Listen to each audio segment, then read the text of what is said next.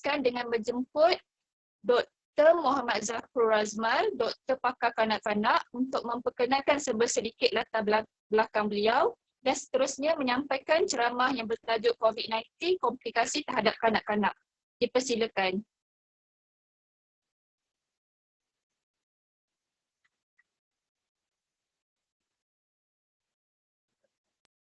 Bismillahirrahmanirrahim. Alhamdulillah rabbil alamin wassalatu wassalamu ala Rasulillah wa ala alihi wa sahbihi ajma'in. Subhanaka la ilma lana illa ma 'allamtana innaka antal alimul hakim. Rabbi yassir wa yassir. Assalamualaikum warahmatullahi taala wabarakatuh. Terima kasih puan pengurusi majlis kita, Puan Syida. Terima kasih pada kepada sahabat kerana menjemput saya untuk pagi ini. Hari ini saya Dr. Muhammad Zafrul, pakar perubatan kanak-kanak dari Hospital Mawar Medical Center di Seremban. Dan untuk pagi ini sebenarnya saya akan bercerita, sebenarnya straightforward je hari ini saya nak cerita.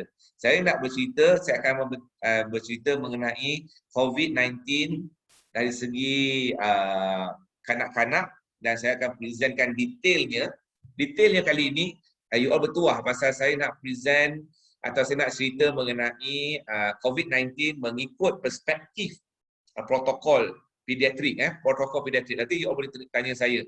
Pasal bagi saya, cukuplah masa kita nak cerita pasal cengkeh, pasal apa benda semua bagai. Hari ini, saya nak cerita sedetailnya mengikut protokol dengan bahasa mudah supaya you all boleh faham mana hala tuju kita. Sekejap.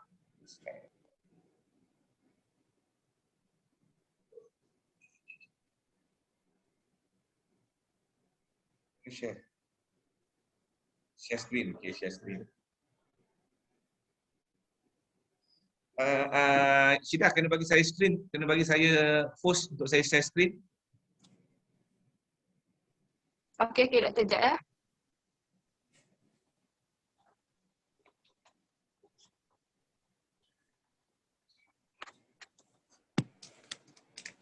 Bentar ya.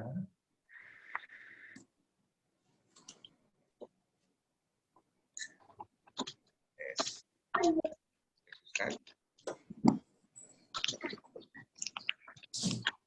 Tak, boleh ke tidak? Okey, sekejap. Firdaus.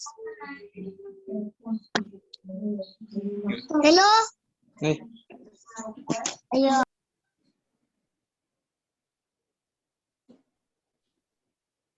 Dah, belum?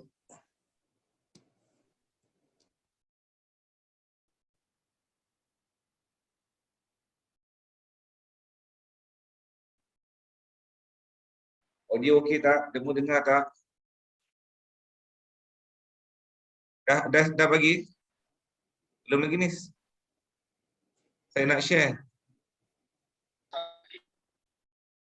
So, tujuan saya nak usul mengenai ini supaya kita mendapatkan pengetahuan yang jelas. Mendapat maklumat yang jelas tanpa ada kita panggil isu-isu yang mana-mana punya source. So, saya bagi you all source yang betul-betul daripada Kementerian Kesihatan.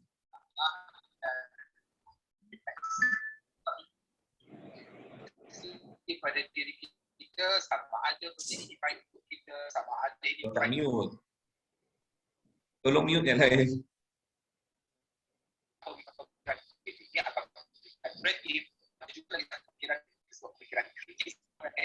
Tapi pikiran hari ini kita bicarakan tentang pikiran kritis. Kalau kita tidak kreatif dalam berpikir, maka biasanya kita akan lihat anak-anak muda sekarang, young generation sebab macam saya sendiri sebagai pensyarah, apabila pelajar-pelajar yang baru kita minta untuk membuat sesuatu yang kreatif, mereka tidak mampu. Syida, saya tak boleh jadi host.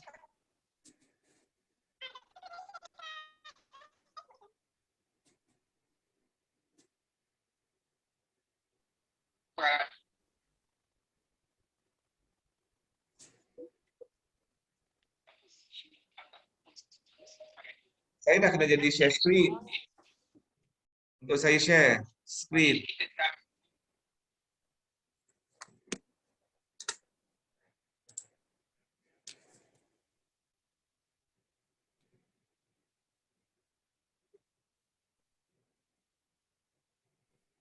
Saya tekan.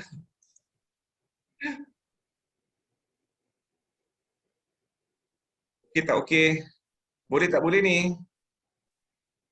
Masih tak boleh lagi?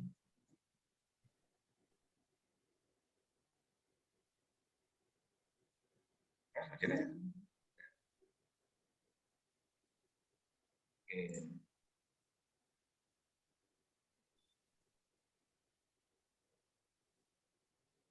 Okey, nampak Boleh nampak tak?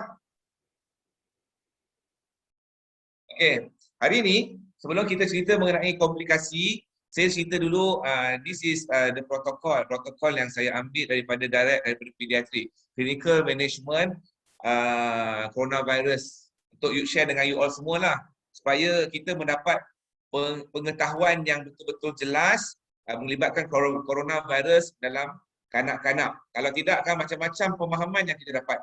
Jadi saya nak bercerita mengenai knowledge yang real berdasarkan apa yang dibuat di hospital kerajaan dan semua frontliners punya management. Seperti yang kita tahu bahawa coronavirus adalah disebabkan oleh SARS-CoV yang bermula daripada China pada tahun 2019 bulan Disember. Dan bila kita lihat daripada data-data China, Europe, United States, apabila kita melibatkan kanak-kanak, kebanyakannya dia melibatkan dalam kanak-kanak dia hanya melibatkan penyakit yang sementara. Maksudnya dan mild disease bermaksud penyakit yang sangat-sangat tidak kita panggil teruk dan juga dia self limiting berbanding dengan orang dewasa. Akan tetapi penyakit ini walaupun kita kata melibatkan kanak-kanak nampak dia macam simple, nampak dia sekadar batuk selsema, tetapi penyakit ini masih lagi berubah dan berubah. Masa mula-mula kita jumpa tahun 2019, kita hanya bercakap mengenai Wuhan. Kemudian bila kita bercakap sekarang, dia telah berubah kepada macam-macam variant. Dan kalau kita nak bandingkan apa yang kita tahu bila melibatkan coronavirus dan kanak-kanak, masih lagi terlalu awal untuk kita boleh mengatakan kanak-kanak selamat bila melibatkan coronavirus dalam kanak-kanak. So dalam kita lihat kanak-kanak, kalau tuan-tuan tengok, dia masa semua orang tahu kanak-kanak semua penyakit coronavirus dia ada 5 stage, stage 1, stage 2, stage 3, stage 4, stage 5 sebagai contoh. Geng-geng Syekh Google atau anti-vax lebih terror yang Google ni, dia lebih pandai bila melibatkan nak staging ni kan. Jadi ini tuan-tuan lihat pasal tahu banyak dekat luar sana kes sangat-sangat tinggi. Dia orang tengok kebanyakannya kita kata stage mild disease adalah stage 1 dan 2. Stage 1 dan 2. Yakni apa? Stage 1 dan 2 bermaksud tak ada symptoms. Tak ada symptoms langsung dan kalau ada pun stage 2 ada simptomatik tapi simptomnya apa? Sekadar batuk selsema. Sekadar batuk selsema sahaja. Kalau kita kata yang stage 1 macam yang kita screening budak-budak atau orang tua yang pergi check, kadang-kadang rasa takut sangat kita pergi check, kita tengok dia PCR positif tapi budak tu relax, main, makan semua okey, happy-happy. Jadi kita nampak result dia PCR positif. Tapi dalam stage 2 dia ada batuk selsema dan sakit tekak tapi kurang daripada 7 hari. Tapi bila kita kata stage 3 apabila budak-budak ini sama untuk budak-budak atau orang dewasa. Untuk orang dewasa pun sama, untuk budak-budak pun sama. Yang mana budak pesakit akan datang dengan symptoms. Maksudnya daripada batuk selsema tadi dia dah progress, dia datang ke jangkitan paru-paru, dia turun kepada paru-paru. Yang mana kalau kita lihat pada masa yang sama pesakit-pesakit ini boleh juga ada datang dengan muntah sebagai contoh, dengan muntah, dengan cirit-birit, sakit perut, sakit urat, sakit semua dan juga insomnia atau anosmia maksudnya hilang bau dan rasa. Ada juga yang mula menunjukkan simptoms nafas laju. Ini stage 3 tuan-tuan. Ini sama untuk budak-budak pun sama, untuk orang dewasa pun sama. Jadi kalau kita pergi pada stage 4, stage 4 ini by staging yang saya cerita ni, by staging yang mana pesakit dah mula menunjukkan simptom keadaan yang makin teruk dan memerlukan oksigen. Ni yang you all tengok pesakit-pesakit nampak okey je, tiba-tiba dia makin teruk. Ni berlaku sama je untuk budak-budak. Cuma bezanya dalam 100 budak yang kena jangkitan COVID, satu sahaja yang mungkin kena atau 2 orang sahaja yang kena stage 4 and 5. Jadi perlukan oksigen,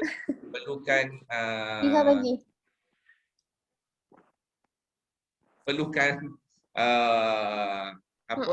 dan simptom-simptom yang lain. Dan kadang-kadang pada masa ini stage 4 dia telah menunjukkan serangan pada jantung dan juga serangan pada organ yang lain. Birit-birit, boleh ada keletihan, boleh ada sawan sebagai contoh. Tapi ini kadang-kadang belum masuk ke ICU tapi masih mungkin di HDU atau ward biasa lagi sebenarnya. Stage 5 adalah apabila yang you all tengok dalam Google, dalam video, dalam TikTok, dalam Facebook yang mana sebelum ditidurkan pesakit-pesakit video call parents, video call mak bapak, semualah telefon cakap nak ditidurkan sebelum kita panggil di-intubate atau ditidurkan untuk memberi support pernafasan. Kalau stage 5 adalah critical illness yang mana bila critical illness bermaksud semua majority organ dah terlibat. Yang mana pesakit sebenarnya sedang memerlukan bantuan pernafasan. Dan selalunya dia akan terus progress. Ini kita faham. Orang tak faham. Orang duk kata bila kita masukkan mesin atau ditidurkan yang elok jadi tak elok, yang hidup jadi mati sebagai contoh. Kena faham. Bila kita sebut kena faham bahawa penyakit ini dia progress. Dia belum lagi masa kita mula-mula tidurkan pesakit, sebenarnya pesakit belum lagi teruk, tapi nak teruk dah. So kita intervene masa sebelum dia jadi teruk, lebih teruk. So kalau tidak dia macam lemas dalam kolam. Jadi dia akan terus progress sehingga respiratory failure. Maksudnya berhenti pernafasan dan memerlukan support, persistent hypoxemia, kekurangan oksigen yang makin teruk, septic shock dan organ failure. Yang maksudnya selalunya adalah jantung, paru-paru, hati dan buah pinggang. Okey, perlu diperhatikan bila kita lihat pesakit-pesakit stage 4 dan stage 5 tadi, kita tengok pneumonia simptomatik, yang kita nak perhatikan adalah kadar pernafasan anak-anak. You all semua kena tahu kadar pernafasan anak-anak you all. Jangan pergi tanya, doktor laju tak nak saya, kira pun tak reti. So, contoh, sekarang ni zaman COVID, semua takut datang hospital, you all kena belajar kira pernafasan anak-anak you all. Contoh, pernafasan umur bawah 2 bulan, kadar pernafasan anak-anak adalah 60 kali pernafasan. 60 pernafasan dalam masa 1 minit. Dan untuk yang umur 2 bulan sampai 1 tahun, sebenarnya dia akan bernafas lebih bawah daripada, kita panggil lebih pada 50 kali. Macam inilah dia tarik nafas kan. Kalau lebih pada 50 kali untuk baby yang berusia 2 bulan ke atas, dia panggil budak tu dah nafas laju. Tapi kalau budak-budak yang kita panggil umur 1 tahun ke atas, sekiranya dia bernafas lebih daripada 40 kali. Maksudnya you kira dalam masa 1 minit, tarik, lepas, tarik, lepas, tarik, lepas, tarik, lepas. Kalau masa 1 minit lebih pada 40 kali, maksudnya anak-anak ni nafas laju.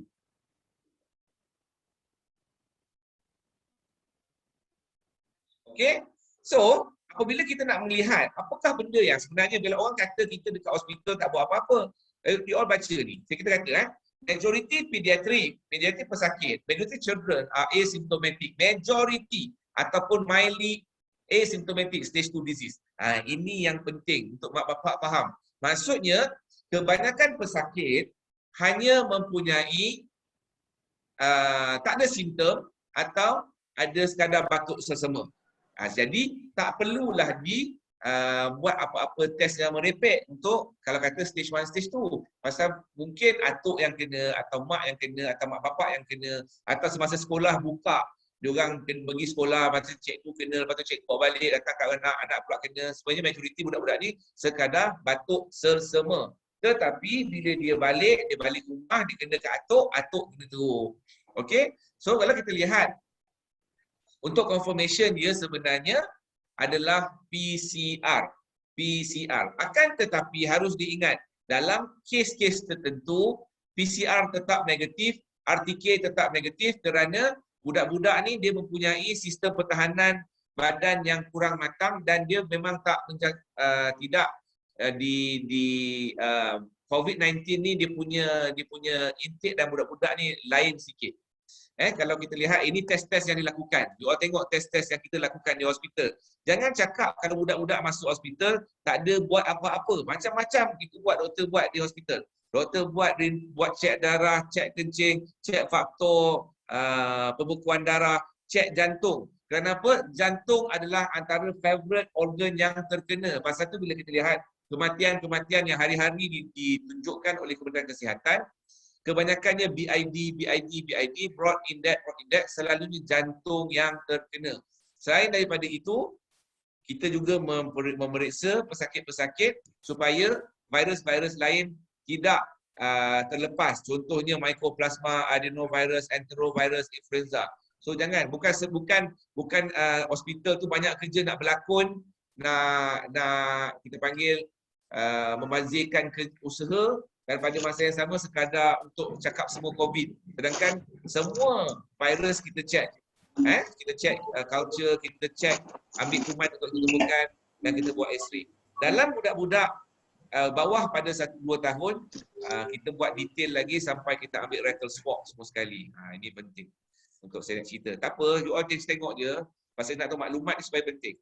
Okey, ini yang paling penting. Kepada siapa-siapa yang message kata nak bagi cengkeh, nak bagi air kelapa, nak bagi kangkung, nak bagi apa benda, nak bagi ubat ivermectin sebagai contoh, untuk budak-budak, kita dah cakap very clear, there is no evidence of any specific established therapy being effective. Maksudnya, tidak ada ubat-ubat tertentu yang betul-betul digunakan untuk merawat COVID-19 dalam kanak-kanak.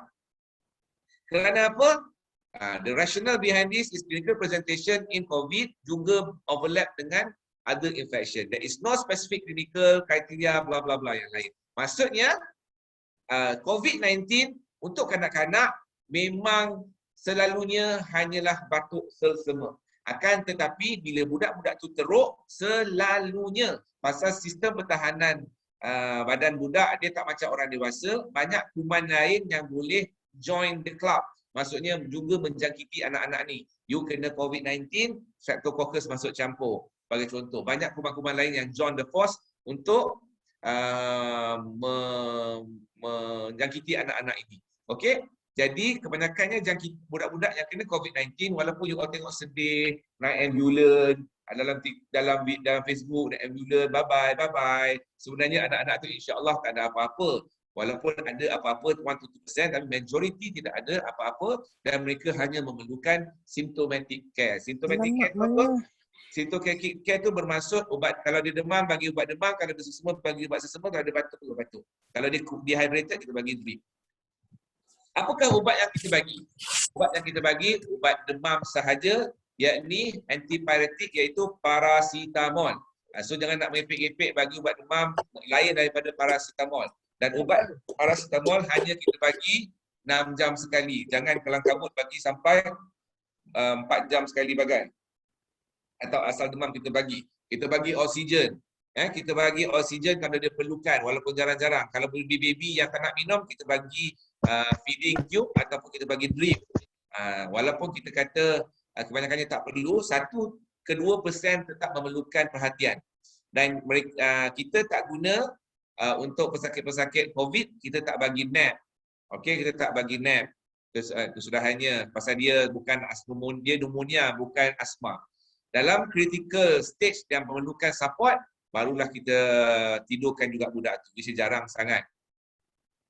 Adakah budak-budak ni memerlukan antibiotik? Sebenarnya tidak perlu. Tidak perlu antibiotik. Mak bapak kena jelas ni. Kalau kita rasa dia sekadar COVID ataupun apa-apa virus yang lain, antibiotik tidak diperlukan. antibiotik tidak diperlukan kecuali kita rasa ada jangkitan-jangkitan yang lain bersama dengan COVID tersebut. Okey?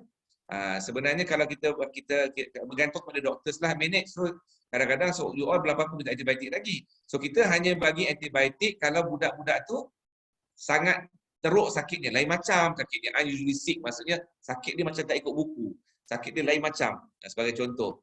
Jadi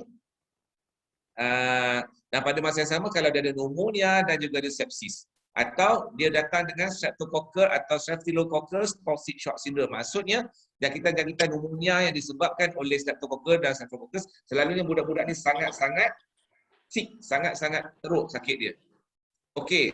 Pasal saya nak kena terangkan ni pasal apa? Pasal ada pemahaman yang cakap bila masuk hospital tak ada apa dibuat. Tak ada buat apa-apa. Oh dahsyat betul, doktor tak ada buat apa-apa. Sebenarnya doktor buat banyak benda. Cuma bagi bila perlu. Bukan makan ikut dan. Orang kita tak makan ikut dan. Bagi cengkeh, berbagai kelapa, kangkung. Apa lagi nak bagi? Macam-macam lah korang nak bagi kan sebenarnya kan. Jadi ini adalah ubat-ubatan yang kita bagi. Baik orang dewasa, baik orang budak-budak, tapi ini fokus pada budak-budak lah. Kita guna juga steroid tapi jarang. Kita guna juga IVIG tapi jarang. Kecuali dia menunjukkan dia septic atau macam Kawasaki-like syndrome. Kawasaki-like syndrome ni melibatkan UK variant. Kita gunakan juga antiviral, kita juga ubat immunomodulators. Ini ubat-ubat yang kita bagi tuan-tuan. Government kita ada facilities ubat-ubat ni. Masa tu kita kalau boleh tak nak orang kena COVID. Kalau kena COVID lagi susah masyarakat kita.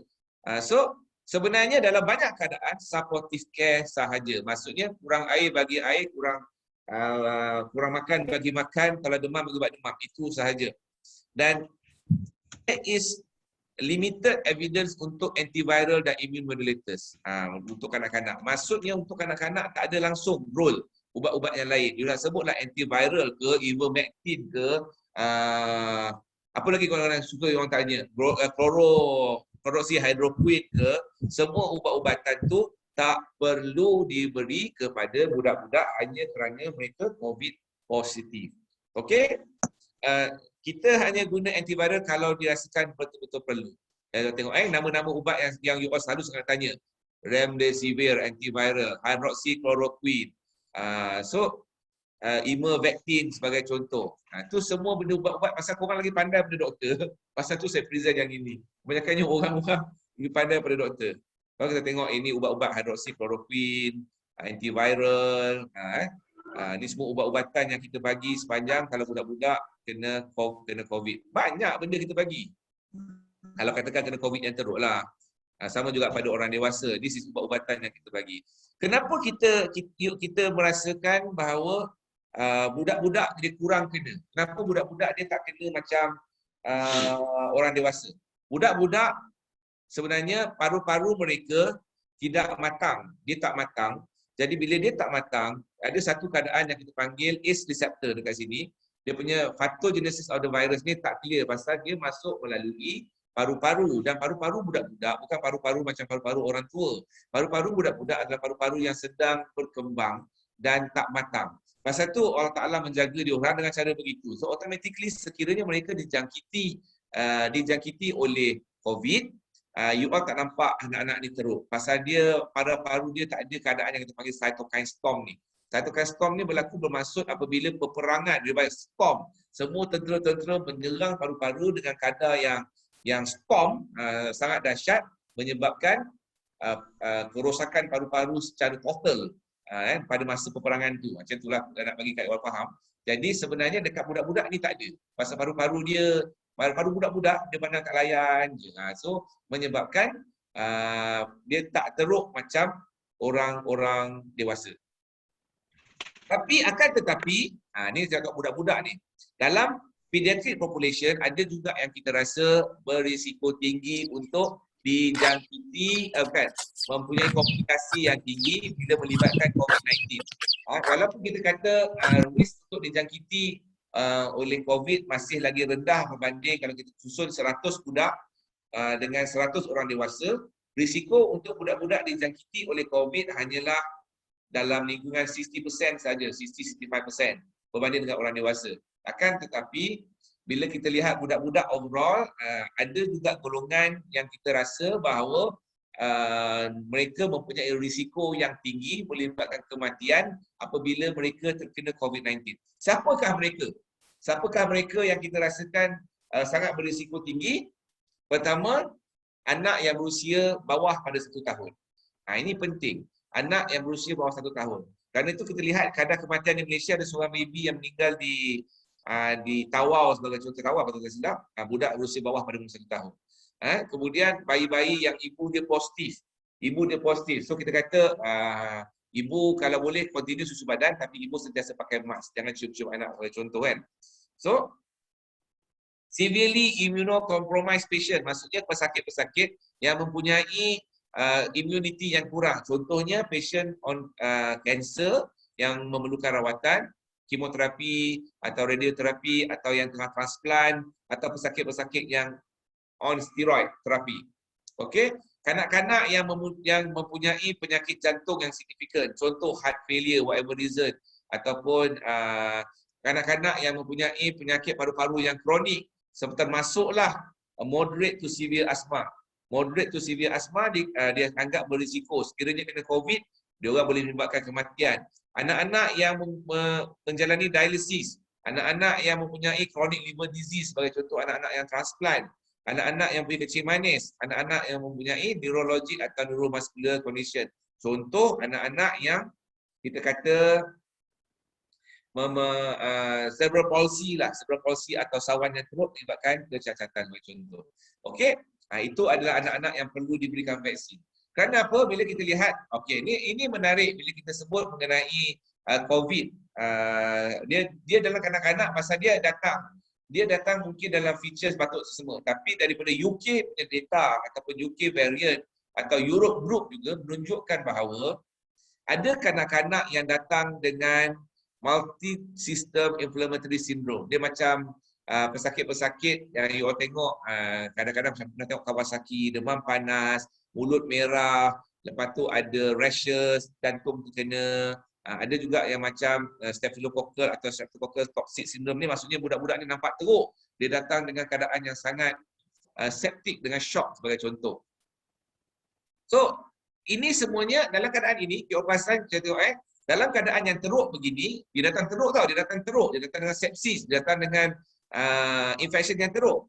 Kadang-kadang dia punya PCR adalah negatif. Ini yang menariknya. Dia boleh datang dengan PCR negatif.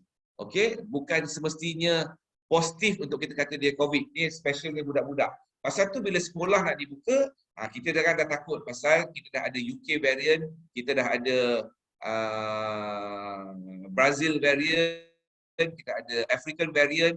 So you all tengok anak-anak you. Saya dah cerita supaya you all nampak apakah yang kita takut bila sekolah dibuka. Tak kala variant-variant ni banyak, sekolah dibuka.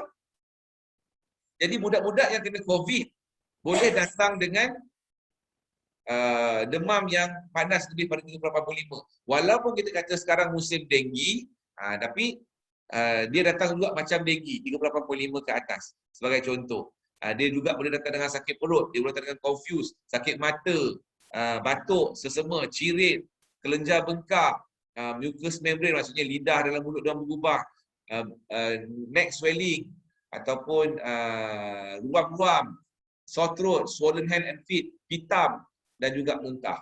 Nampak tak? COVID ni dia tricky pasal dia kacau whole system. Dia bukan sekadar kita kata semata-mata COVID, hanya batuk sesama, pasal siapa-siapa yang berpahaman bahawa batuk sesama je kot, batuk sesama je kot, yang itu yang salah. Pasal bila kita kata batuk sesama je kot, batuk sesama je kot, kesudahannya budak-budak datang sakit perut pun boleh jadi COVID positif. Akibat daripada dehydration sebenarnya. Ataupun confused kerana apa? Kerana oksigen dalam badan dah mula rendah.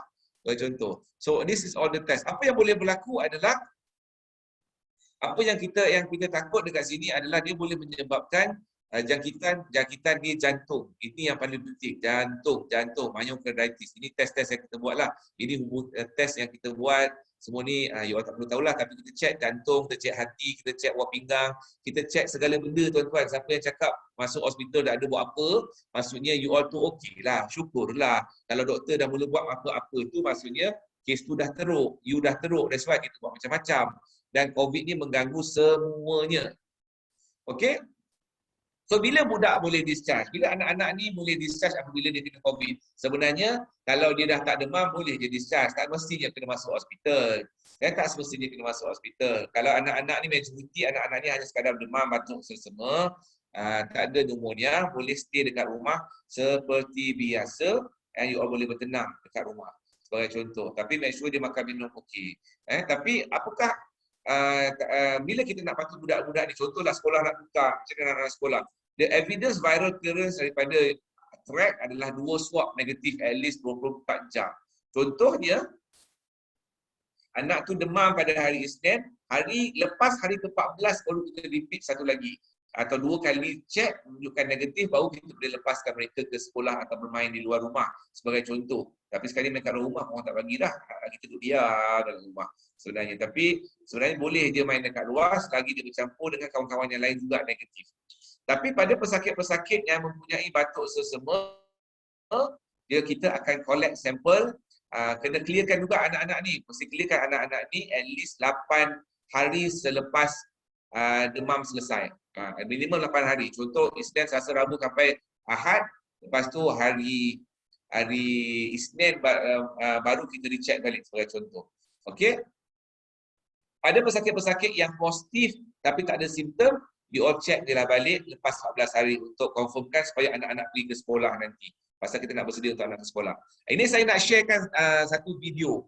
Ini komplikasi Pasal saya nak cerita komplikasi pada anak-anak COVID ni, sebenarnya saya nak cerita bahawa dalam COVID ini anak-anak ni sebenarnya tak ada simptom apa-apa, majoriti. Tapi 1 ke 2% boleh menyebabkan kematian. Ini pesakit sahabat saya share dari salah satu hospital kerajaan berusia 18 bulan yang datang dengan ibu bapa COVID. Ibu bapa dijangkiti oleh COVID dan beliau datang dengan tekanan darah rendah, tak respon, heart rate pun jadi rendah. So most likely dia adalah COVID. Saya sharekan video dekat you all.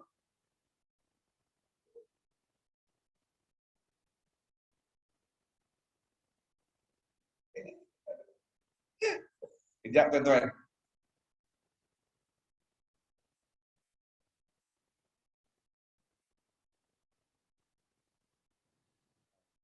So you all tengok anak ni, dia very sick. Very ill. Berapa banyak dia punya pump dia?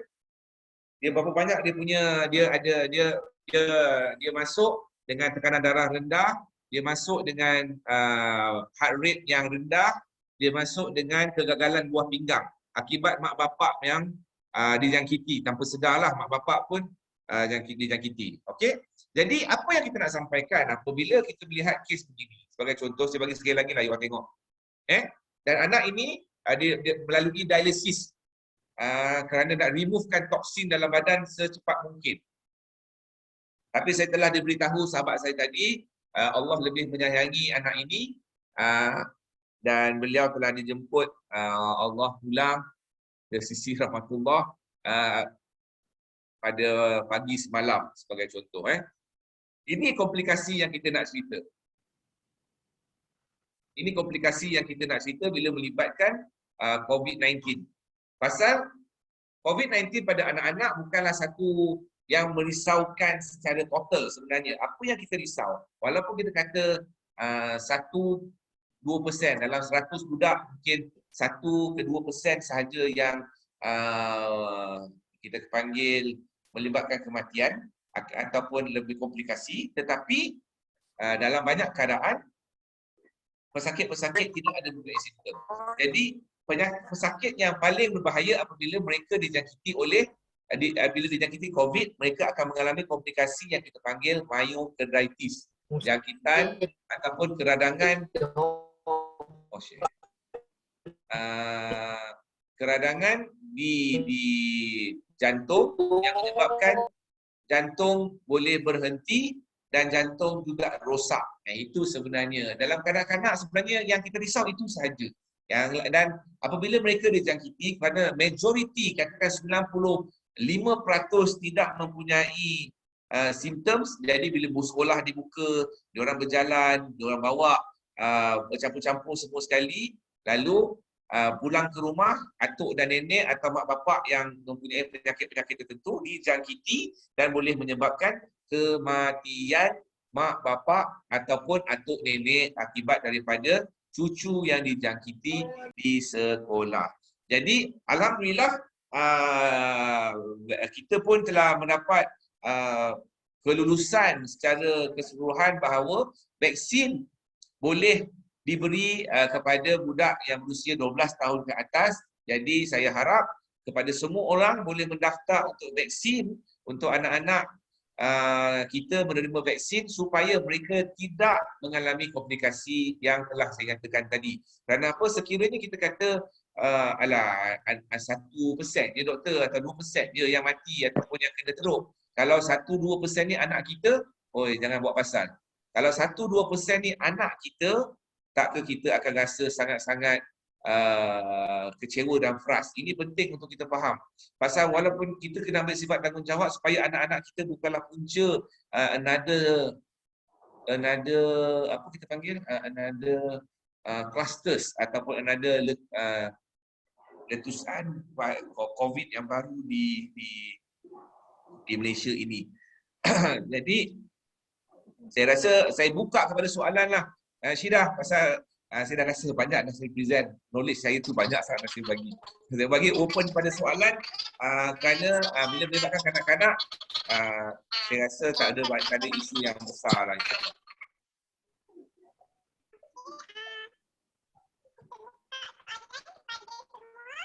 Tak ilah. Tak dengar Syidah, tak dengar.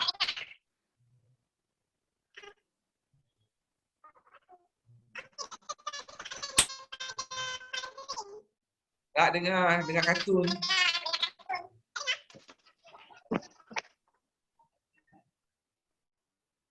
Betul ke kanak-kanak perlu kena cahaya matahari? Okey, Fazrin. Sebenarnya dalam series jangkitan COVID melibatkan kanak-kanak memang signifikan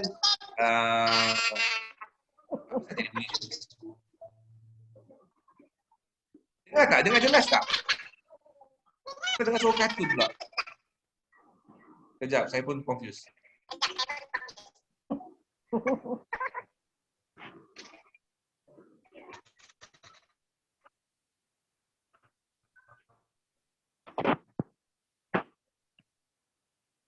Hai. Dengar tak? Dengar tak? Jelas tak?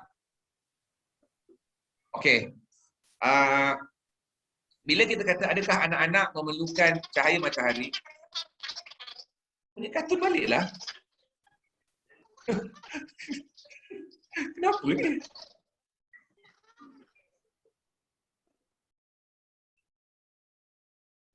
Confused.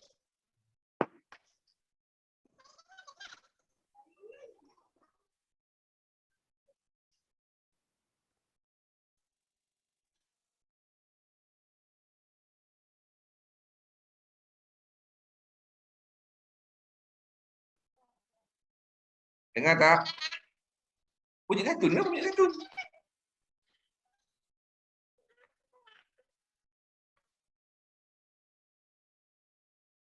Itulah suara dari Chipmunk. Saya pun confused. Kenapa begitu jadinya? Host ni, Syidah, kenapa?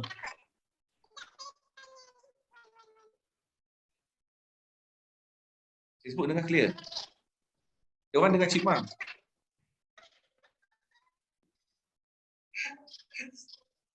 Syidah off mic Syidah. Hello?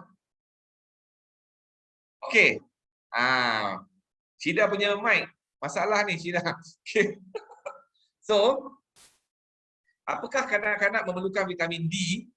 Sebenarnya bila kita kata dalam series coronavirus yang kita pada kanak-kanak, kita lihat ada dua vitamin yang penting dekat sini. Pertama adalah vitamin C yang mana antioxidant effect kepada coronavirus jangkitan yang menyebabkan bila budak-budak atau siapa-siapa pesakit yang makan atau mempunyai support on vitamin D, dia memberikan protection ataupun memberikan efek yang penyembuhan yang lebih baik untuk vitamin C. Dan vitamin D juga pada pesakit-pesakit yang tidak mempunyai cukup vitamin D, mereka mempunyai komplikasi yang lebih dahsyat berbanding pesakit-pesakit yang mempunyai vitamin D yang cukup. Okey. Adakah budak-budak perlu duduk di cahaya matahari? Okey. Soalan ini sebenarnya apabila studies dilakukan oleh 3 universiti terbesar, UPM, UKM dan USM sebagai contoh, melihat kepada data kekurangan vitamin D di kalangan kanak-kanak dan wanita dan juga lelaki, population based study, kita dapati bahawa 70% ke 80% orang perempuan Melayu, Cina, India mengalami kekurangan vitamin D, dan kanak-kanak setinggi 75% kanak-kanak juga mengalami kekurangan vitamin D. Dan orang lelaki, walaupun kita kata orang lelaki ni duduk kat luar, tapi orang lelaki setinggi 40% rakyat Malaysia, orang lelaki mengalami kekurangan vitamin D. Mungkin pertamanya sebenarnya kita keluar gelap balik gelap. Cahaya matahari paling baik pada pukul 10 sehingga pukul 2 petang atau waktu zuhur. Pukul 10 sampai waktu zuhur. Dan pada masa itu kita sebenarnya dalam office atau dalam kereta, dan budak-budak pula dalam kelas, mereka tidak mendapat vitamin D yang cukup. Jadi soalan dia, adakah budak-budak perlu dijemur untuk dapat vitamin D? Terpulang. Kalau tidak, dapatkan mereka suplemen vitamin D, atau kita sendiri pun, orang-orang dewasa pun patut suplemen diri kita dengan vitamin D dan juga vitamin C sementara dalam musim COVID. Okey? Itu soalan. Harap menjawab soalan. Yang kemudiannya adalah ada istilah kanak-kanak berumur 12 tahun kena PIDS. Okey. WHO kriteria untuk pediatrik adalah dalam WHO, pediatrik didefinkan sebagai bawah 18 tahun ke bawah.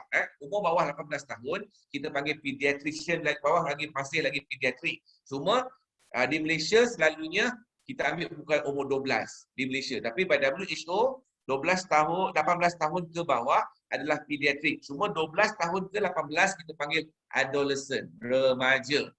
Pasal remaja ni ada isu yang berbeza lagi. So automatically sebenarnya 0 sampai 18 boleh pediatrik, ataupun 12 ke atas pun, 12 ke bawah pun boleh. Terpulang keselesaan pesakit itu sendiri.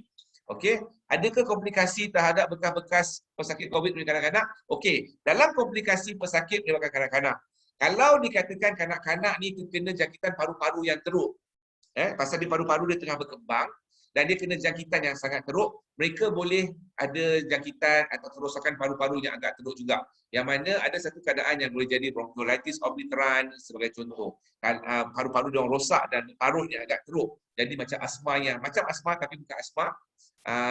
Ada juga bila dia kena jangkitan terkena pada jantung sebagai contoh, terkena pada jantung, myocarditis. Kalau kena myocarditis boleh menyebabkan kerosakan jantung yang kekal sebagai contoh. Itu kita tak nak.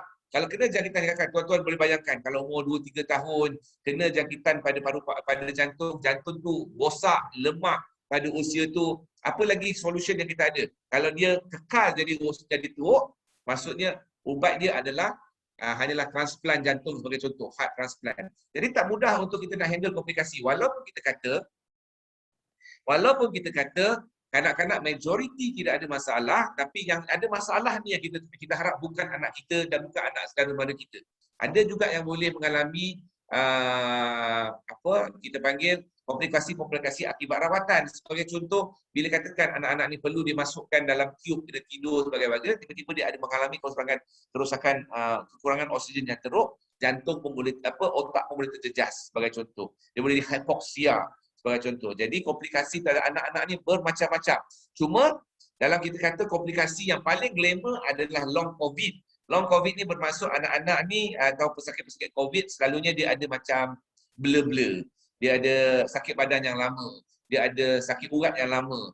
Dia ada thought block. Dia ada fogging dalam brain. Dia macam tak boleh nak fikir. Sebagai contoh, sebenarnya dalam kanak-kanak reported case untuk long COVID tak ada lagi. Tapi mungkin ada, cuma susah. Pasal budak-budak ni sifat dia orang bila dia orang sihat, dia orang nak main. Automatically kita tak nampak simptom-simptom yang long COVID tersebut lah. Tapi kalau kita kata dari komplikasi yang lain daripada kanak-kanak, masih lagi boleh berlaku. Okey, berapakah dos vitamin C sehari kalau nak bagi lebih? Sebenarnya Arif, kepada soal Arif yang bertanya, tak perlu pun sebenarnya kita panggil vitamin C untuk kanak-kanak. Sebenarnya dos yang diperlukan hanyalah dalam lingkungan 50 mg sahaja. Sebenarnya dalam lingkungan 50 mg untuk umur lah. Sebenarnya budak-budak ni kalau nak bagi vitamin C, yang paling penting adalah bagi mereka buah-buahan sahaja dan sayur-sayuran. Okey, adakah simptom yang 1% pesakit COVID ni berulang selepas pulih? Maksudnya apa Puan Julia? Maksudnya kalau dah kena, berulang lagi ke? Saya tak faham soalannya ni. Adakah simptom pesakit COVID akan berulang selepas pulih? Oh, kalau katakan dia dah kena COVID, okey, katakanlah dia kena COVID generasi yang lama, dia kena COVID tahun yang jenis mula-mula masuk Malaysia dulu, katakanlah. Sekarang ni dia kena pula yang varian yang baru. Katakan dia kena tahun lepas Wuhan variant original, sekarang dia kena yang baru mungkin kena nauzubillah Brazil sebagai contoh. So kalau katakan dia kena pada varian yang berbeza, automatically simptom pun mungkin berbeza dan mungkin simptom yang sama atau tak ada simptom. Cuma bila kena varian yang baru, simptom selalunya lebih teruk pasal kecuali badan dia mempunyai immunity yang penuh terhadap varian-varian yang sedia ada dalam yang dah dikenali dalam sama ada dia dijangkiti, antibody itu terhasil boleh mengawal jangkitan yang baru ataupun vaksin diberikan boleh juga menghasilkan antibody untuk melindungi anak-anak ini daripada mempunyai simptom yang lebih teruk. Okey? Soalan lagi tak?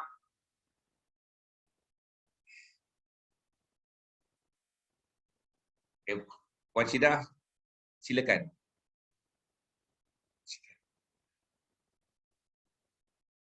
Face mask, okey. Kenapa selection face mask yang dianjurkan perlu berbeza-beza? Perlu jenis berbeza. Medical mask plus fabric mask. Kenapa selection face mask yang dianjurkan perlu jenis berbeza? E.g. medical face mask atau fabric. Okey. Sebenarnya selection of face mask ni adalah bergantung kepada satu exposure dan kedua macam mana kita ingin melindungi lah sebenarnya. Yang penting sebenarnya you kena pakai face mask. Itu yang paling penting. Itu yang hakiki. Melindungi diri you, diri anak-anak kita daripada dijangkiti melalui pernafasan ataupun siapa-siapa bersin atau batuk di sekolah atau di rumah siapa. Okey. Dan bila kita kata itu je matlamat dia sama ada nak pakai yang berbeza-beza atau jenis yang berbeza-beza, itu tak ada isu pun sebenarnya. Kalau nak pakai kain pun, as long as yang kain mesti boleh filterkan COVID itu sendiri. Perkara yang paling penting sebenarnya adalah stay at home. Itu je sebenarnya yang boleh kita galakkan. Dan vaccination. You stay at home dan you tak perlu rusing dan nak pakai mask yang mana sebenarnya. Tapi selection yang berbeza-bezakan, pasal each face mask ni mempunyai capacity leaking dia. Ataupun leaking lah, apa kita panggil? Penembusan, kadar penembusan. Betul. Kalau fabric face mask pun kena triply, betul. Kena triply. Kalau sekadar kain biasa tu macam kain niqab tu memang tak lepas lah. Dapat boleh loot lagi sebagai contoh. Kalau pakai macam kain niqab kan, macam ada celebrity kita pakai kain niqab dengan harapan benda tu boleh loot, tak ada loot. Pasal dia pakai kain niqab saja, automatically dia rasa bahawa virus tak loot mungkin. Tu salah. Pasal molecular size of the viruses sangat-sangat kecil. Jadi dia boleh loot sekadar kalau kain-kain begini dia boleh loot. Okey, ada soalan lain tak?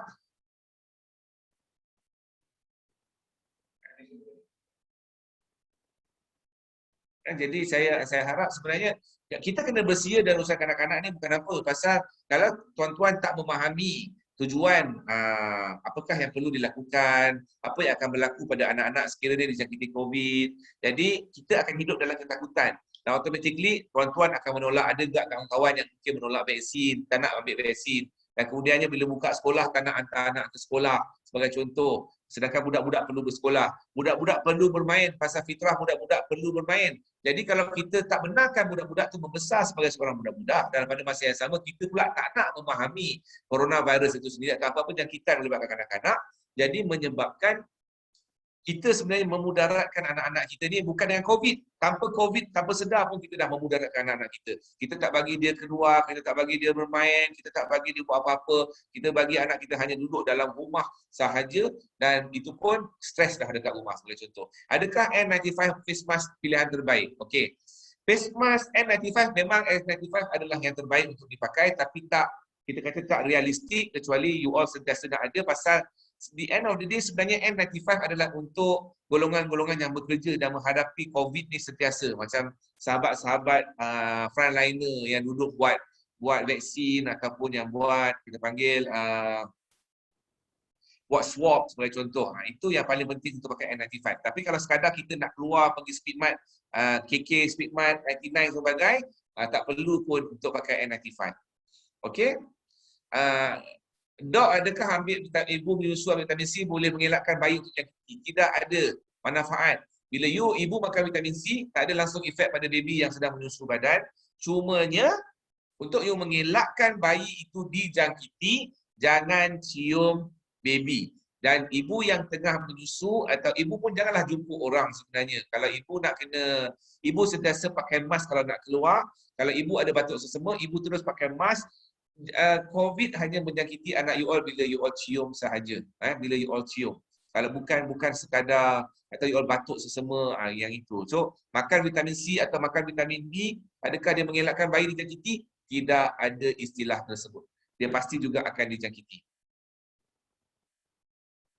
Adakah Siti Nurhasnida, adakah kanak-kanak ini senang mematuhi SOP yang dibuat di sekolah? Okey, soalan yang betul bijak. Fitrah budak-budak sebenarnya memang dia orang patuh SOP. Dia orang patuh. Budak lebih patuh SOP berbanding orang dewasa. Sebenarnya tuan-tuan, budak-budak lebih mematuhi SOP berbanding dengan orang dewasa. Akan tetapi environment di sekolah dan karakter budak itu sendiri mendedahkan mereka kepada persekitaran yang padat. Sekolah satu kelas 41 orang. Sebenarnya satu kelas maksimum 41 orang. Dan majoriti sekolah di Malaysia memang dalam lingkungan 35 ke atas. Satu kelas. Sebenarnya walaupun kita kata kita cuba untuk mematuhkan SOP, keadaan sebenar pun di sekolah tersebut tidak boleh patuh SOP dah sebenarnya. Jadi kerana itu, kalau kita kata apakah solution untuk budak-budak ni supaya dia boleh maintain, yang penting budak-budak ni pertama sekali pasal vaksin boleh diberi kepada kanak-kanak. Mungkin tak lama lagi kita boleh beri seawal umur 6 bulan sebagai contoh. Jadi untuk kita kata keadaan yang paling penting adalah anak-anak ni terjaga. Pasal kita tak boleh menyediakan kawasan atau persekitaran yang selamat dengan menyediakan sekolah yang banyak, yang lebih luas, dan satu kelas mungkin 20-25 orang. Satu perkara yang impossible untuk dilakukan oleh kerajaan. Jadi pertama sekali, anak-anak ni perlu divaksinkan. Bila anak-anak ni divaksinkan, you all tak perlu fikir dah patuh tak patuh SOP. Pasal fitrah anak-anak ni kena main. Anak-anak ni kena bersekolah. Anak-anak ni kena berlari. Anak-anak perlu dibesarkan sebagai seorang anak-anak. Bukan sebagai seorang dewasa yang patuh peraturan. Yang tak patuh peraturan ni bapak dia orang je kadang-kadang. Macam ada. Jadi berbeza juga dengan even budak tadika sebagai contoh. Kebanyakannya budak anak-anak sekolah memang mematuhi SOP. Cuma karakter mereka sendiri yang menyebabkan berisiko dan pasal dia suka bermain dan suka bergurau senda. Itu sahaja sebenarnya pada pandangan saya lah. Sebenarnya yang main yang boleh berbahaya adalah bila ibu ayah di rumah dan juga cikgu-cikgu di sekolah. Jadi untuk melindungi mereka, bila buka saja vaksin, sila registerkan anak-anak anda untuk mengambil vaksin. Ada lagi? Puan Anin Zaliza. Sama-sama. Habis dah soalan? Pukul 10 lah, 11 dah. Okay, ada soalan lagi tak? Dah okey dah suara. Suara Syirah. Doktor, saya nak tanya soalan.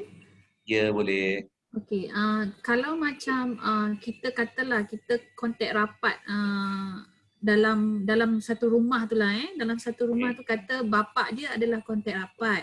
Jadi kontak rapat tu dia macam self quarantine di dalam rumah. And then kita ada anak-anak kecil. Means pergaulan sebagai kontak rapat bapa tu consider close contact dengan, adakah kita perlu asingkan ke atau macam mana dari segi penggunaan tandas? Dia punya, kalau ada kes yang macam ni. Dia sebenarnya begini, bila kita lihat kontak rapat, contoh rapat, perkara yang paling mudah untuk kalau mak atau bapa expose pada satu pesakit atau kawan-kawan you all positif, pertama sekali you all tengok sama ada kita ni yang kontak rapat ni adakah mempunyai simptom atau tidak. Itu pertama. Tapi kalau kita rasa paling clear lah pada nak selamat, paling mudah you all mampu nak check, terus check PCR. Jangan nak serabut, katakan hari ni jumpa Ali. Tapi Ali hanya tahu dia positif hari Rabu sebagai contoh. Dan maksud dah ada 3 hari punya lag masa tu hari Rabu. So you all boleh check terus immediately. Kalau Ali kata dia positif sebagai contoh, check immediately. Kalau negatif PCR means negatif. Tapi rules of 10 days atau 14 days apply. Maksudnya maintainkan self quarantine untuk another 10 days to 14 days. Kecuali pada siapa-siapa yang mempunyai simptom. Kalau tak ada symptoms, then tak perlu buat apa-apa. Kalau ada simptom, pada time, pasal dalam COVID ni, dia akan keluar simptom dia pada hari ke-3 sampai hari ke-7. Baru dia akan ada batuk sesemua. Maksudnya, dari tadi kita jumpa Ali pada hari Isnin, hari Rabu masih lagi tak ada simptom, dah check negatif. Tiba-tiba hari Ahad, ada dah simptom, dah mula batuk semua teruk. Dia you check sekali lagi, make sure bukan COVID. So kalau bukan COVID, that means you clear lah. InsyaAllah you clear. Tapi kalau kita kata, masa sekarang ni kalau kita nak mengharapkan untuk KKM yang periksa atau KKM contact, you kena faham sekarang approach Kementerian Kesihatan adalah pada sesiapa yang bergejala. Pasal bila kita sebut kes berada dalam community, semua orang dah ada kena. Macam kita tengok tadi kan, kalau budak majority asymptomatic. Maksudnya kalau selepas sekolah buka baru ni, sebelum sekolah ditutup, kalau kita screen semua, majority budak-budak sekolah tu mungkin dah positif. Demam kalau kita cari macam tu. Pasal kita tahu majority tak ada simptom, dia pun pergi cari. Dan kalau cari lagi beratus ribu lah budak-budak sekolah positif. Jadi mak bapak terus panik, negara terus bukan setakat total lockdown, total collapse terus sebagai contoh. Pasal itu yang akan berlaku. Jadi kalau kita kata kalau macam tu bapak dia kena maintain juga self quarantine at least for 10 days to 14 days kalau tak ada symptoms. Once ada symptoms repeat saja sekali lagi. Barulah. And then penggunaan tandas seperti biasa, jangan risau. COVID hanya menjangkiti melalui 3 jalan, mata, hidung dan mulut. So kalau you jangan berkongsi makan, benda-benda gitu je. Kalau setakat toilet, kencing, kemih, siap dah hal, boleh, tak ada masalah. Boleh guna toilet. Jangan kita rasa banyak sangat kan trauma, takut sangat kan. Tapi lebih baik cuma jangan cium-cium anak je lah, itu yang paling penting. Harap menjawab soalan. Means dari pakaian dia ke apa ke memang kita asingkan lah, definitely kan, betul tak? Dia sebenarnya bila ada pakaian ataupun dia sebenarnya dia basuh sama je. COVID ni tak nak kawan pun dengan air, letak dalam kalau letak dalam washing machine tu, letak dynamo, settle dah COVID. Tak perlu pun takut. Janganlah, dia tak berjangkit dengan begitu. Dia berjangkit mesti melalui ciuman, batuk, kalau kongsi minum, dia minum-minum, dia bagi ke anak dia sebagai contoh. Itu memang, itu cik pasal lah. Tapi kalau setakat nak basuh baju, toilet, sabun mandi kongsi, tak ada masalah. Scrub nak kongsi, tak ada masalah. Pasal dia dengan air dan sabun bukan lawan dia, bukan lawan COVID.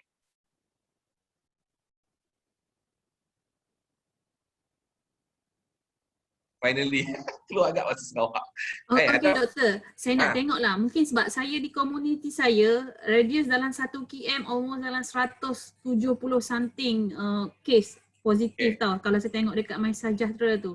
And then saya pun kalau duduk kawasan perumahan saya tu, saya nampak lah. Maksudnya setiap kali ambulan ada.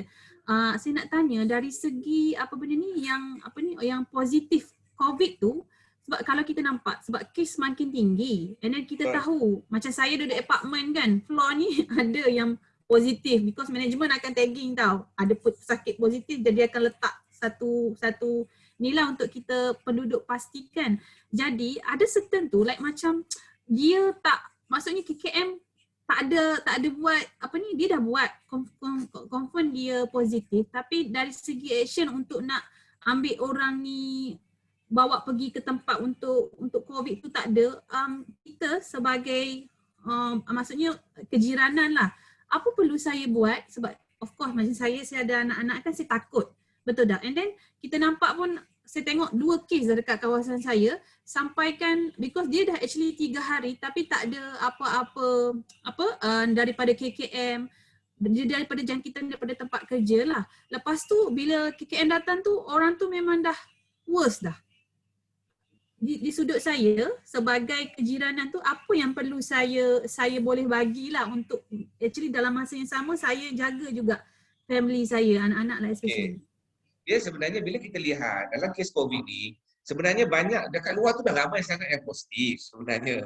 Dekat luar tu dah ramai sangat yang positif. Okey, kalau kita nak harapkan KKM untuk handle semua, itu tak boleh lah. Pasal dia orang dah handle dah, dia orang dah bagi dah tata cara, dia dah bagi kempen, dia dah bagi macam-macam input info. Rules pertama, macam mana tinggi pun keadaan di luar COVID itu, ikut MySejahtera, rules untuk keselamatan diri kita dan keluarga kita, kita duduk dalam rumah diam-diam. Keluar bila perlu sahaja. Itu paling penting. Tak ada alasan untuk kita keluar, tak ada alasan untuk kita saja-saja sambil-sambil sidai baju membawang, contoh kan. Macam kampung-kampung lah tuan. Sambil-sambil potong-potong senang, kau masak apa senang, potong-potong bawang tak nak begitu. Itu tak boleh. Jadi untuk penting kat situ, untuk isi rumah you yang paling penting untuk you jaga adalah tak perlu takut kat luar. Walaupun kat luar tu 1000, macam zombie, you duduk dalam rumah dia tak boleh masuk. Settle masalah. Itu yang paling penting. Keluar rumah yang akan jadi masalah. Keluar pergi kedai yang akan masalah. Keluar pergi tempat yang ramai akan ada masalah. So bila kejiranan you adalah kejiranan yang padat dengan COVID, yang paling penting you duduk diam-diam. Kalau pergi contoh nak keluar beli roti sahaja and then balik. Basuh tangan dan selesai. Jangan beli roti, nampak kek, singgah beli kek. Nampak pelantar, nak beli pelantar. So banyak benda yang kita boleh menambah dekat situ. So exposure dekat luar lebih pada 15 minit menginkriskan risiko you all untuk dijangkiti. Ini yang paling penting. So tempat-tempat tertentu, especially semua supermarket, semua kedai adalah tertutup. So kalau kita pergi, kita mesti pergi dengan very cepat dan targeted punya tindakan. Okey, bila melibatkan kejiranan, jiran-jiran kita yang positif, untuk menjadi jiran-jiran yang bertanggungjawab sebenarnya, jiran yang dijangkiti mesti duduk dalam rumah juga yang dijangkiti, yang telah dijangkiti. Jangan keluar. Dan jiran-jiran yang dijangkiti ni, kalau boleh, inform kepada sahabat-sahabat kejiranan. Saya dijangkiti, keadaan saya sekian. Dalam keadaan COVID, yang menakutkan adalah, dalam COVID ni, dia ada satu keadaan dipanggil happy hypoxia. Dalam keadaan stage 3 tadi tu, dia dah mula stage 1, stage 2, masuk ke stage 3, dia dah ada mula jangkitan paru-paru dan oksigen mungkin dah mula menurun tapi badan tak dapat detect oksigen tu menurun. Dia masih ada nampak relax, okey, interact, boleh bercakap. Macam biasa, macam happy-happy lagi. Pasal tu orang tengok dalam kes dalam yang dah viral dalam FB, baru semalam cakap dengan mak, hari ni mati. Baru semalam cakap dengan isteri, hari ni mati. Pasal dia berada dekat mak sebagai contoh. Pasal happy hypoxia tu dia tak dapat detect kecuali pesakit dicek SpO2 dia. So, you all mesti make sure kawan-kawan kejiranan kita ni mesti update keadaan dia pada mungkin kalau Maria ada sahabat yang betul-betul jiran atau selalu rumah, cakap kat dia, update aku keadaan kau. Update aku keadaan kau. Pasal apa? Pasal KKM dia terlalu sibuk dengan kes kat luar tu. ICU pun melimpah. Jadi kita kena make sure mainkan peranan. Kita make sure peranan pasal kalau you all telefon PKRC untuk pick up, you all memang takkan dapat. Pasal dia orang telefon macam bertalu-talu saya rasa. Semua orang telefon untuk ambil saya.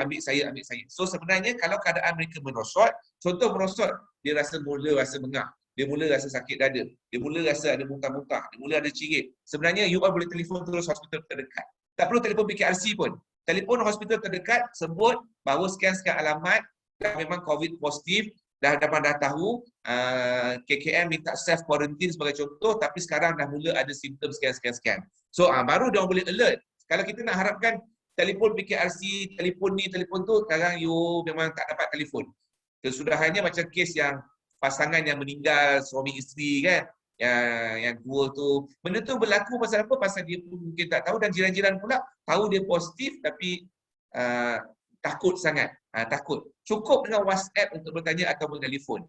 Sebenarnya itu yang paling penting. So, jadi yang kadang-kadang kita nak marah yang gelang pink keluar sebagai contoh. Kita tak tanya dia makan ke tidak. Kalau dia kena keluar lah pasal nak makan. Kadang-kadang kita jiran, kita kena tanyalah ada benda tak nak makan, kau jangan keluar supaya kita boleh bantu. Walaupun nak beli roti ke apa sebagai contoh. Mohon jawab soalan dia Maria.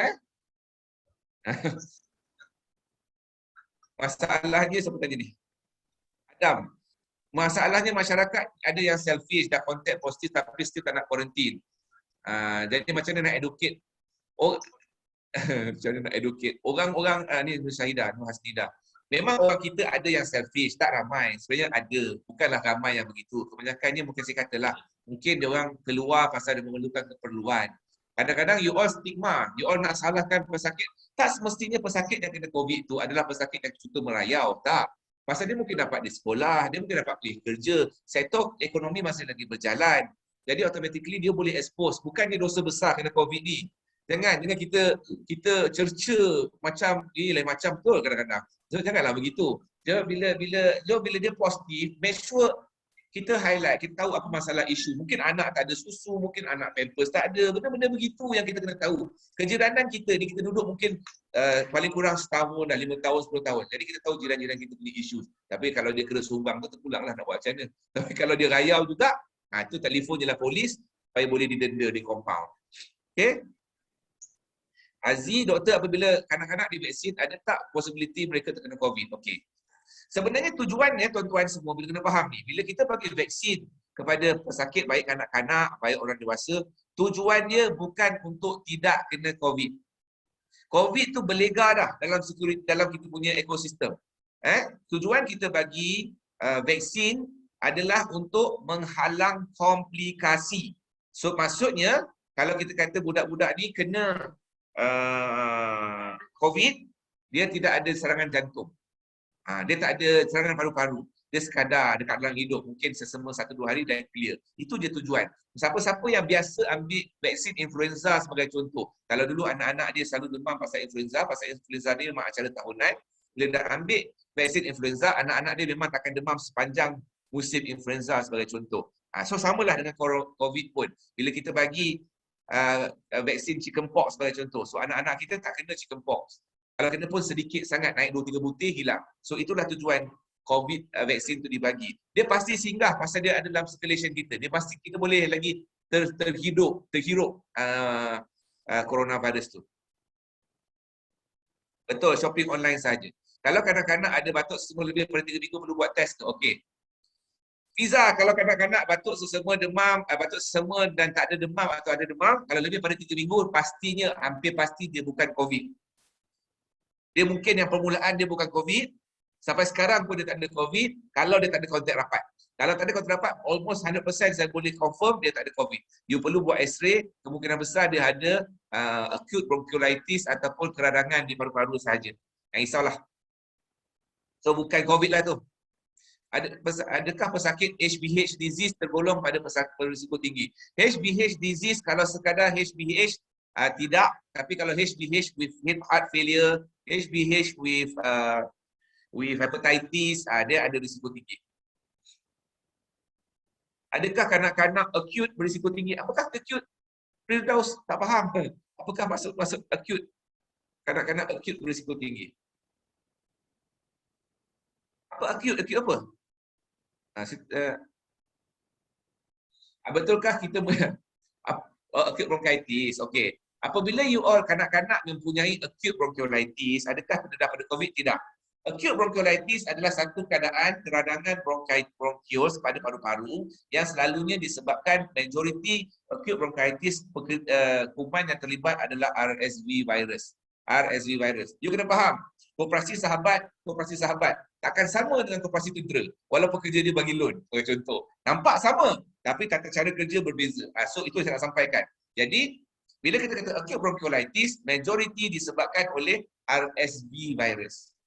Tapi penghujung dia tiba-tiba kalau dalam keadaan ada semput-semput, dia tengah ambil nap ataupun batuk-batuk lama, terekspos, ada orang datang melawat atau masuk di hospital, terdedah kepada pesakit COVID, pada masa tu dia boleh kena. Tapi kalau dia maintain, tak ada pendedahan, hanya sekadar nampak makan minum okey, so bermaksud dia hanyalah acute bronchiolitis biasa dan bukan COVID dekat situ. Risiko tak ada. Tapi sekiranya dia recover daripada acute bronchiolitis, dan dah recover, dah elok, bawa berjalan begitu dedah, automatically paru-paru dia ada sifat yang agak hyperaktif sedikit. So kalau terkena COVID pada masa ini, boleh jadi teruk. Boleh jadi teruk. Pasal paru-paru dia dalam proses recovery, you terdedah pada kuman yang baru, so automatically boleh jadi teruk lagi akibat daripada COVID. Betul ke kita boleh bila online shopping boleh kena risiko? Okey, kalau dia sebenarnya Shopee ke Lazada ke, kalau barang itu sampai dekat you all lebih daripada 4 jam, maksudnya post lepas 2 minggu baru sampai, lepas 1 minggu baru sampai, jangan risaulah, COVID takkan stay. COVID hanya tahan di luar badan manusia 4 jam sahaja maksimum. Dia perlukan manusia. Dia perlu manusia untuk dia bertahan. So kalau dia keluar daripada tubuh badan manusia, hanya dikeluar ni hanya 4 jam sahaja. So kalau lebih pada 4 jam, tak ada keraguan kat situ. Jangan risau. Doktor, ni lari sikit lah, bukan daripada kanak-kanak lah. Takut saya dah terlepas daripada awal. Untuk golongan berisiko tinggi ni, boleh doktor spesifikkan? Lepas tu saya macam tadi saya baru call mak saya di kampung. Okey, dia tanya dia mak dah ambil vaksin ke belum? Dia kata belum sebab dia setelah dekat kampung tu kan sebelum ni kan dia takut. So dia tanya kalau macam ibu kita ada sebelum dia ada mild stroke lah. Is it dia kena perlu dapatkan, actually dia tak ada ambil apa-apa ubat pun. Adakah dia perlu dapatkan daripada doktor juga untuk nak make sure dia boleh dapat suntikan tu? Kalau kita kata golongan yang berisiko tinggi adalah golongan semua orang tua lah. Semua orang tua, semua perlu divaksinkan. Kalau kita tak nak mereka meninggal akibat daripada COVID itu sahaja. Orang tua pasti akan meninggal akibat daripada sakit tua. Kalau tak ada apa-apa pun dia pasti meninggal akibat sakit tua. Betul tak? Ataupun kalau ada darah tinggi, kencing manis, buah pinggang, semua ni golongan-golongan yang berisiko yang akan menjadikan asbab untuk mereka meninggal dunia sekiranya diakibatkan penyakit itu tersebut sendiri ataupun akibat dari jangkitan. So sekiranya mereka ini dijangkiti oleh COVID pada masa mereka mempunyai daya tinggi, kencing manis tak terkawal, jadi pasal dalam orang dewasa COVID ini dia mengganggu sistem salur darah atau salur darah. Bila mengganggu sistem salur darah, automatically you tengok bila kita ada satu pesakit darah tinggi boleh menyebabkan kematian. Pasal pesakit darah tinggi tu, maksudnya salur darah dia tu menjadi masalah bila COVID duduk dekat salur darah tu. So menyebabkan dia ada masalah yang lebih, komplikasi yang lebih tinggi. Yang kedua, bila dia tengah berperang dengan badan, tak kala adanya kencing manis sebagai contoh, badan dia tengah berperang, hormon akan jadi kucar kacir, kencing manis pun akan jadi tak tentu arah. So automatically kencing manis berkomplikasi pun akan meningkat. Sama juga dengan darah kencing dialisis ke atau stroke sebagai contoh. So penyakit-penyakit pada orang tua adalah relate kembali kepada salur-salur darah mereka yang tua juga pada masa yang sama.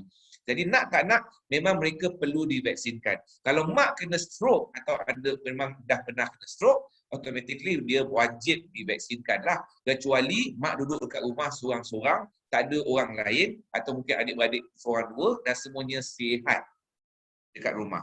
Tapi dan duduk kat rumah, tak ada langsung keluar dan mak terjaga. Kalau orang keluar masuk, mak terdedah kepada kuman yang akan dibawa masuk ke dalam rumah. Itu yang paling penting untuk kita faham. Mak kat mana? Kampung kat mana, Maria? Oh, Kelantan tak mari turn up ni. Oh, Kelantan kena mari lah. Oh, Kelantan tak mari. 10,000 tak mari. Oh, macam tu. Kelantan tu aku. Doktor, sebabnya apa yang saya dapat tahu daripada mak saya, because bila dia pergi surau, actually benda tu dia orang cakap dekat surau tahu. Jadi dia orang jadi takut. Macam dia nak buat? Moga dah kacik kat surau. Sekarang ni saya sendiri pun saya dah cakap sebab mostly mak kawan-kawan saya pun, dia anak lah yang sekarang yang main peranan. kami cakap. Cuma dia orang tu tetap ada rasa takut lah. So nak tak nak, kita anak registerkan dan bawa mereka pergi cucuk. Kedah, Kedah, Ganu, banyak tak turn up. Banyak tak turn up untuk ambil vaksin. 3 negeri, orang Melayu paling majoriti. Tak mari ambil vaksin, asal alasan bercakap di surau. Tadi pasal tu tadi, saya present protokol. Saya tak present slide saya sendiri. Saya present protokol supaya orang faham. Source saya adalah autentik. Bukan source suka-suka ikut cakap. Kalau saya present Dr. Zakrul punya slide, orang akan cakap Dr. Zakrul cakap itu dan. Tadi saya pakai protokol kesihatan supaya orang faham. The source adalah autentik. Bila kita Table mengenai dia adalah satu fakta yang jelas untuk kita handle. Jadi untuk orang kampung kita memang suka dengar. Dia suka dengar hot ni, hot tu. Jadi problem kat situ. Jadi kena pujuklah mak bapak yang tak nak cucuk vaksin, kena ambil pada hari ini. So kalau kita beli barang daripada kedai, adakah kita perlu basuh dan sanitize? Kalau tanya saya, tak perlu, cukup saja simpan dalam peta ais. Bilas sajalah. Betul ke COVID boleh tersebar daripada udara? Okey. COVID sebenarnya bersebar melalui air droplets. Air droplets maksudnya bila kita bernafas, kita akan nampak wap air sebenarnya. Macam kita Korea, kan, bila cakap dalam musim sejuk tu dia keluar. Betul? You nampak tak benda tu? Itulah dia sebenarnya, aerosol. Dia ada wap air. Bila kita bernafas, kita batuk ataupun kita dalam satu tempat yang tertutup, kita akan menyebarkan aerosol itu. Nak kata dia betul-betul airborne, tak juga sebenarnya dia wap air. That's why dia punya distance masih lagi maksimum 1.5 meter. Tapi tak kala kita dalam tempat tertutup macam bilik saya ni, aircon. Ada 2, 3 orang, 4, 5 orang dalam satu bilik dan masing-masing ada batuk tersebut sebagai contoh dan tak pakai mask sebagai contoh, duduk dalam masa yang lama, wap air yang saya keluarkan tadi dia akan spread sebelum dia jatuh. Dia pasti akan jatuh pasal dia wap air. Dia tak berat untuk tersebar. Kalau dia betul-betul tersebar, maksudnya daripada sini buka semua dia akan berjalan merata. Itu wap air, itu tersebar melalui airborne. Tapi bila kita sebut dia tersebar melalui udara adalah close ventilation pasal dia wap. So itu sebagai analogi tadi yang paling mudah adalah bila kita tengok cerita Korea ke cerita cepat negara sejuk, dia keluar wap tu. Bila cakap dia keluar. So you imagine itu keluar daripada tempat yang tertutup. Itu sebab bila kita kata siapa yang betul-betul berisiko untuk dijangkiti apabila kita pergi tempat yang tertutup. Kerana itu masjid yang beraircon, semayang lama-lama, wirid lama-lama, dia terdedah. Pasal dia close ventilation. Tempat yang terbaik sama ada kita ada vacuum negative pressure ataupun kita open langsung. Which one are you talking? Sentiasa macam tepi pantai, udara tu berlalu. How is it disturbing? Yeah, I told you go open my safe travel. Siapa pula tu? Sila mute kan?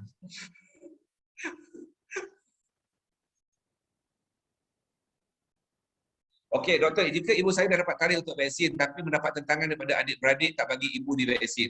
Tak payah nak syida, terus je lah, bawa je lah cucuk. Bawa je lah cucuk. Sebenarnya, anak-anak ni saya terus terang saya dah jadi doktor walaupun saya tak lama. Jadi doktor, dah ada umur 20 tahun saya jadi doktor. Anak-anak yang nak jaga emak tak ramai. Okey, reality.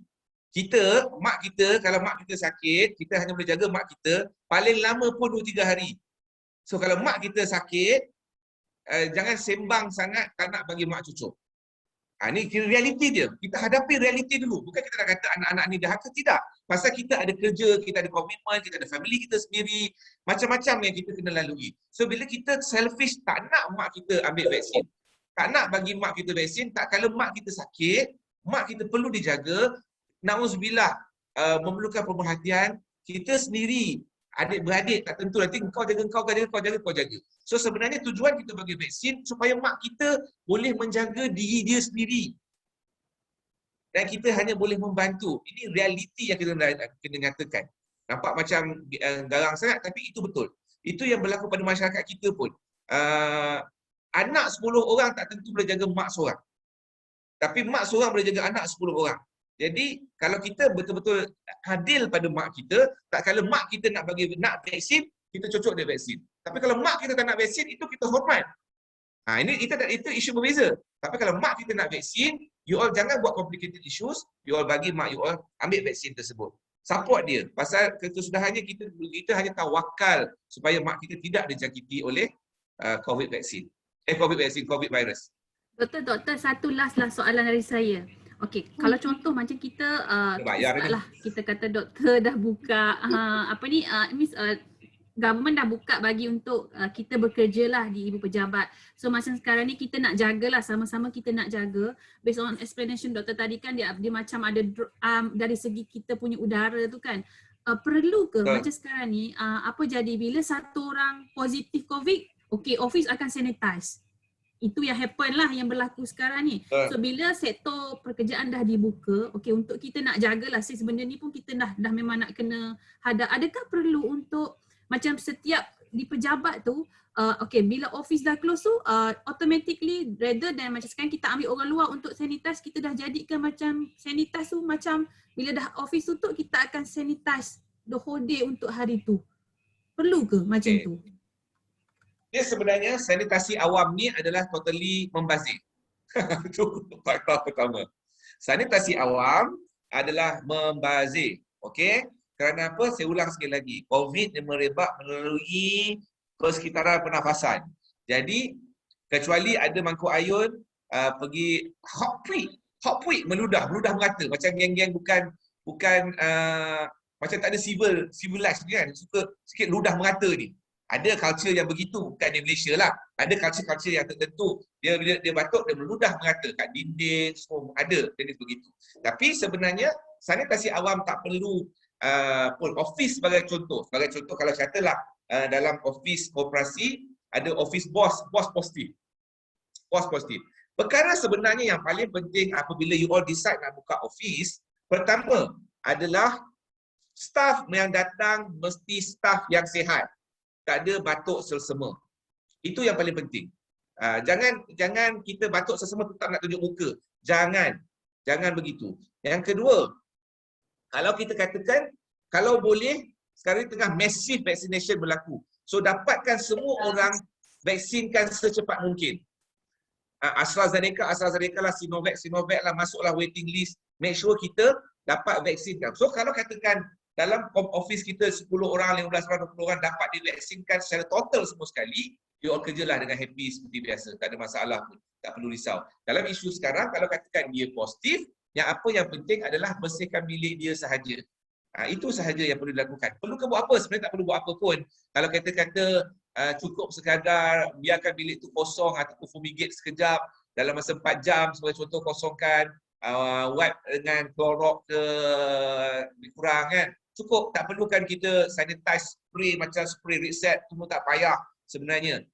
Kerana lepas 4 ke 5 jam dia dah tak ada dah dalam itu, kecuali dia ada kahak-kahak yang masih basah di atas lantai sebenarnya. Kalau tak, dia tak ada. Dia automatically the bilik actually bersih dan clean sebenarnya. So samalah dalam office tu, kalau kita kata seorang yang positif, kita determine dekat mana dia berada. Kalau kita nak rest, kita just open up sekejap sepanjang 4 ke 6 jam, lepas tu masuk balik, tak ada masalah. Tapi kalau nak teruskan nak buat sanitasi awam, nak bagi rezeki ke orang lain, tak apa, silakan, alhamdulillah. Saya rasa kos lah sebab saya bagi akaun kan. Sebab banyak kali buat. Macam tu bagi saya je jadi pegang kontrak tu. Okay, good explanation doktor. Clear. Terima kasih. Okey, soalan. Okey, terima kasih doktor atas penyampaian dan kongsian yang bermanfaat sebentar tadi. Semoga apa yang disampaikan dapat memberi panduan kepada kita semualah. Sebelum kita tamatkan program ni, kita nak ambil gambar lah untuk kita nak ambil gambar. Jadi Wan, dah sedia ke? Semua buka ni video.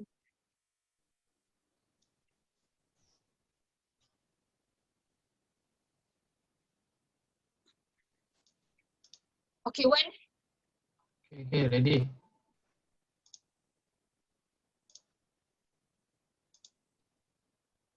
Okay, ready ya? Semua mohon buka video.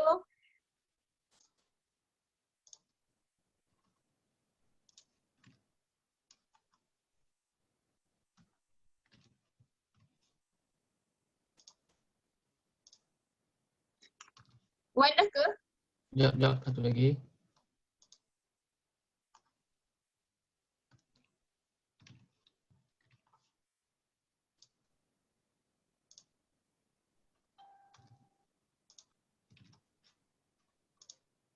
Okey.